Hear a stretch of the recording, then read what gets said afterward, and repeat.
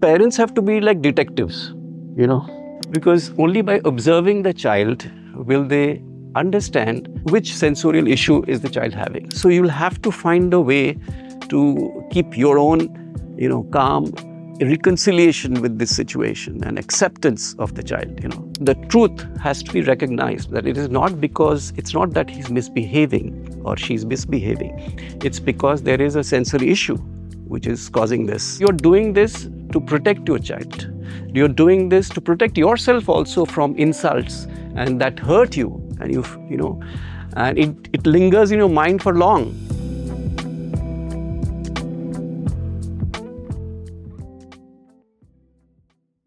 Hello, everyone. Welcome back to the India Autism Center podcast. In this space, we share expert advice, lived experiences, and practical tools to support families, caregivers, and professionals navigating the complexities of autism care. I am your host, Trisha Chakraborty, a psychologist at the India Autism Center, and today's conversation is one I believe will be incredibly helpful for many of you.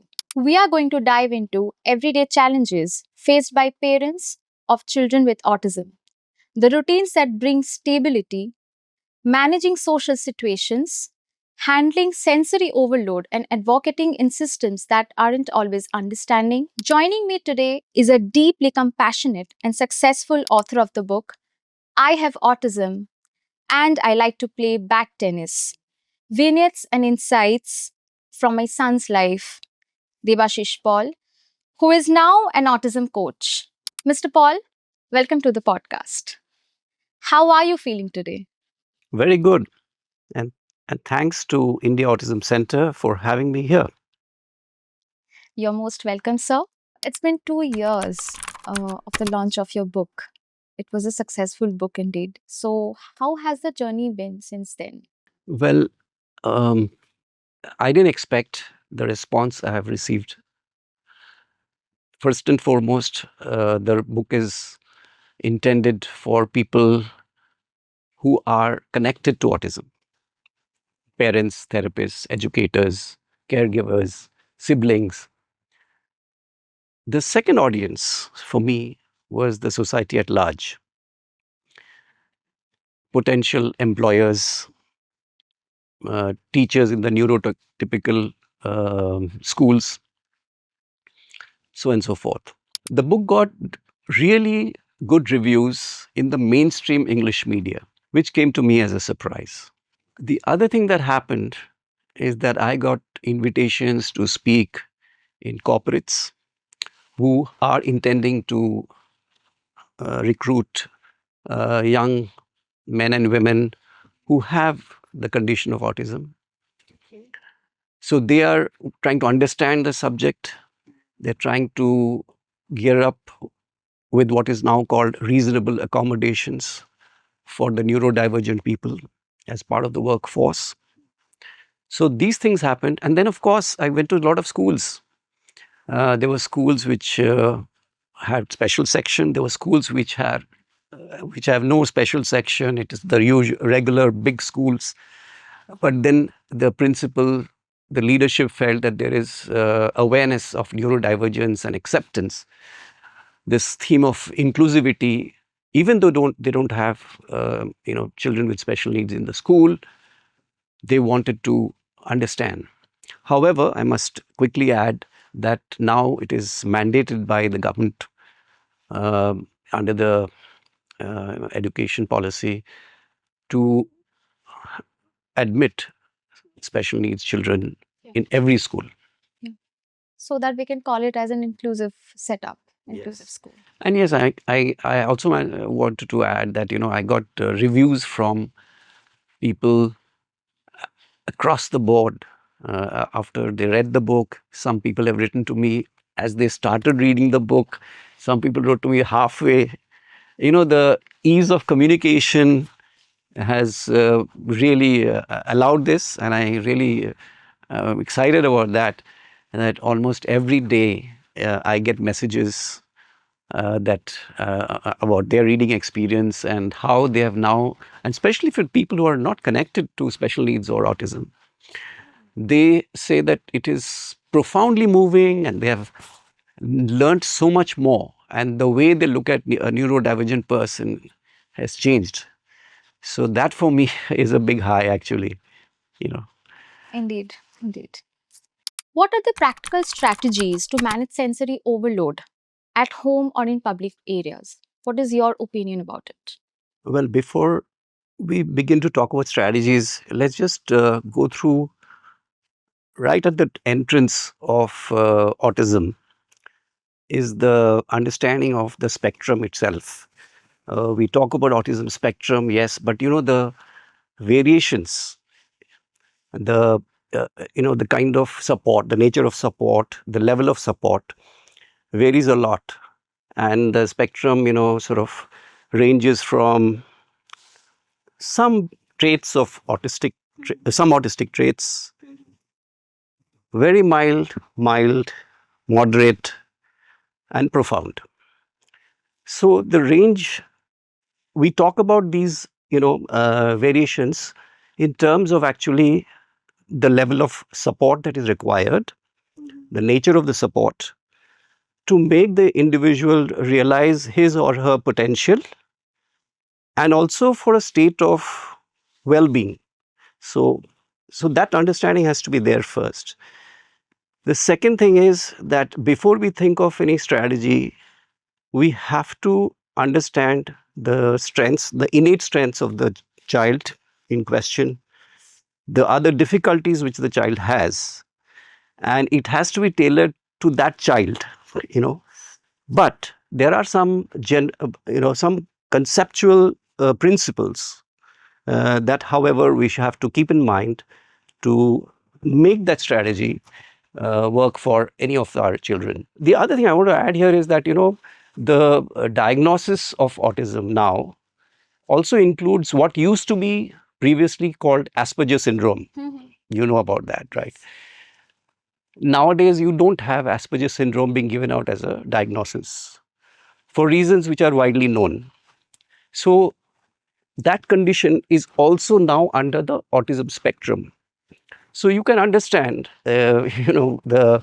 the nature of autism itself has become so wide, So with that as the backdrop, the first understanding is that how do you deal with sensory issues?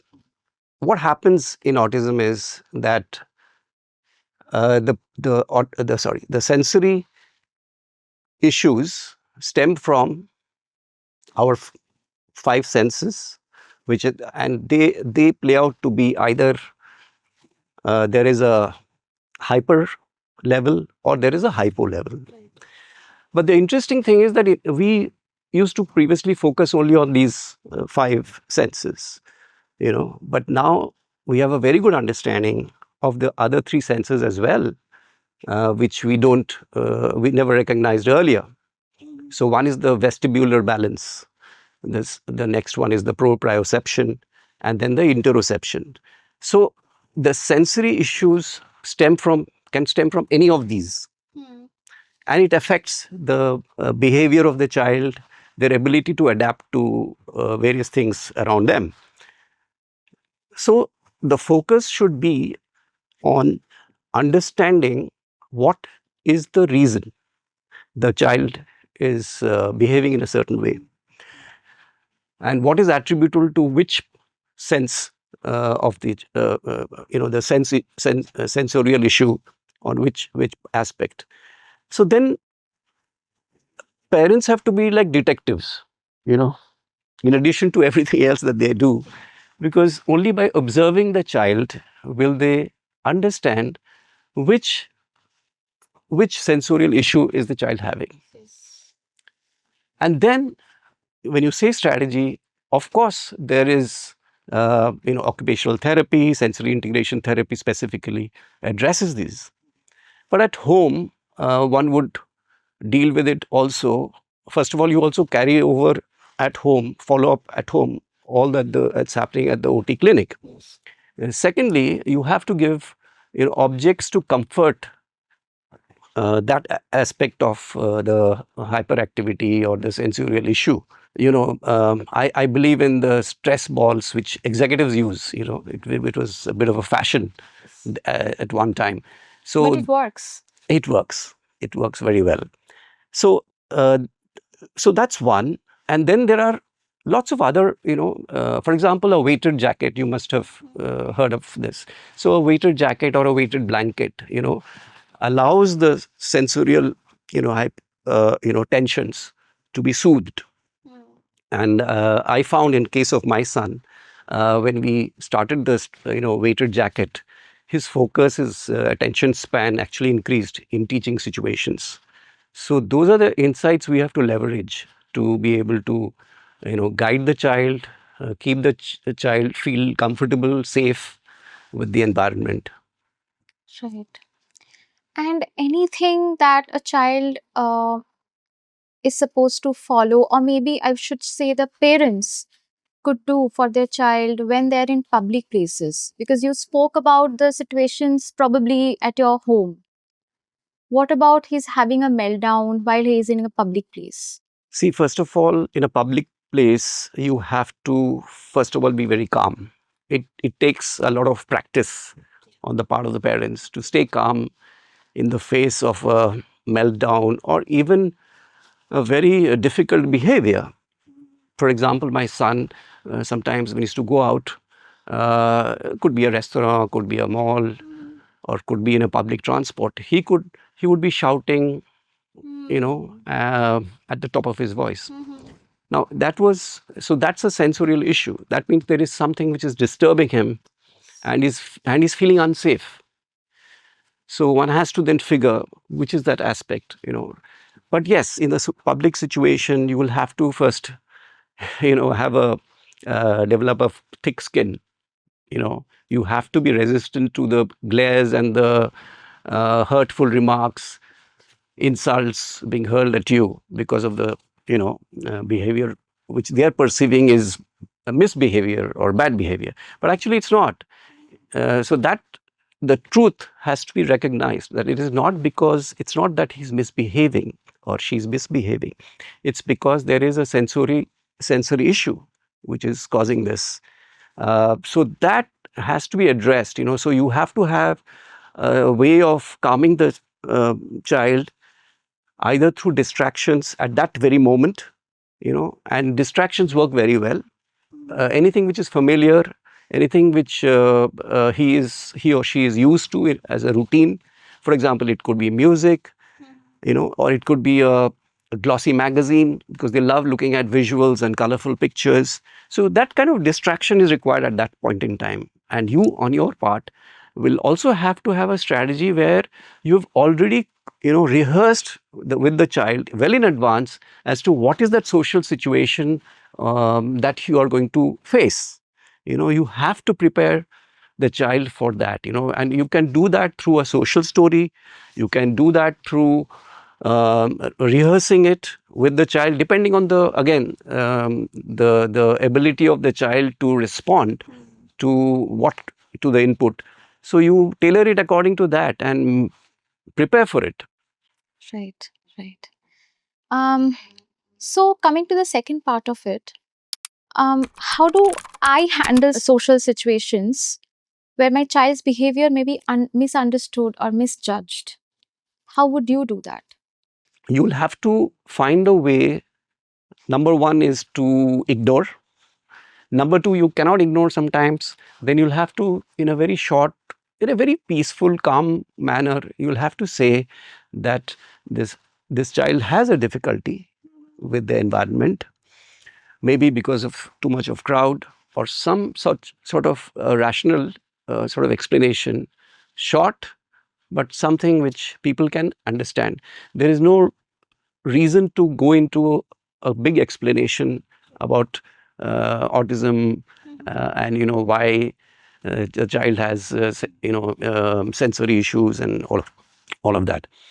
So that's the other thing. And you know what, parents get used to this kind of situations and they figure out their own a way of dealing with it. But my advice would be that you have to remain calm. And there are times when you have to completely blank out the others around you, which is difficult to achieve. But one has to work on this. So you have to work on yourself to be able to come to that point, because you're doing this to protect your child. You're doing this to protect yourself also from insults and that hurt you, and and it lingers in your mind for long. So you'll have to find a way to keep your own, calm and reconciliation with this situation and acceptance of the child. So, what are the factors that lead to difficult behavior of a child in social situations? See, there are several factors which lead to what we call difficult behavior. One is that there is a certain frustration that the child or even adult is not being able to communicate what is his feeling or the questions that is coming to his mind, the uncertainty, the crowding that is around him. When is he going to go back home? He's not being able to put that as a question. So that frustration leads to a certain behavior which will be considered odd, would be considered unacceptable by people around. Then the other factors are a general state of anxiety, which is very prevalent in autism, especially when you're going outside the home. Uh, it could be loneliness, it could be boredom with what is going on. So it could be any of these factors. So the thing is that the parent has to understand and try to preempt it by again, like I mentioned, preparing the child well in advance of what is coming up, or have a mechanism which works with him to calm him down. A familiar objects. So familiarity is a big, source of calming down. So whether it is his favorite, like I said, some of the executive, stress, The stress balls. yeah, stress balls, or it could be, like I said, a colorful magazine, or it could be a toy. So you need to carry that along with you. For in case of my son, it was a toy car, and he would get distracted because you have to distract the child from that emotional state. So that's one of the things that one has to. And how do you travel by train, travel by air? So it's something that is bound to come up, and you have to figure out strategies so that he's calm. And the other thing is that some amount of discomfort for people around, you will have to find a way to tell them, very gently, in all your calm, with a lot of calmness. And you know what? You can read about such things, such real things, real events that has occurred with my life, with my son, in my book. I have autism and I like to play bad tennis. I didn't expect to be invited by the literature festivals across India.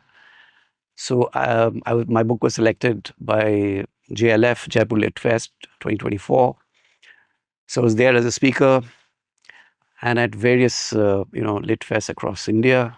The last one I attended was Ooty Lit Fest 2025. I also got um, invitations from Manchester University, Birmingham University, and then I traveled to Germany at the book clubs. I launched my book there. So yeah, all of that has happened, and things have been really good. If you're watching this and learning something new, don't forget to subscribe and hit on the like button. Now, coming to the third part of it, what are the simple ways to teach daily life skills like dressing, eating, hygiene, self care to a child with autism without making it a stressful task?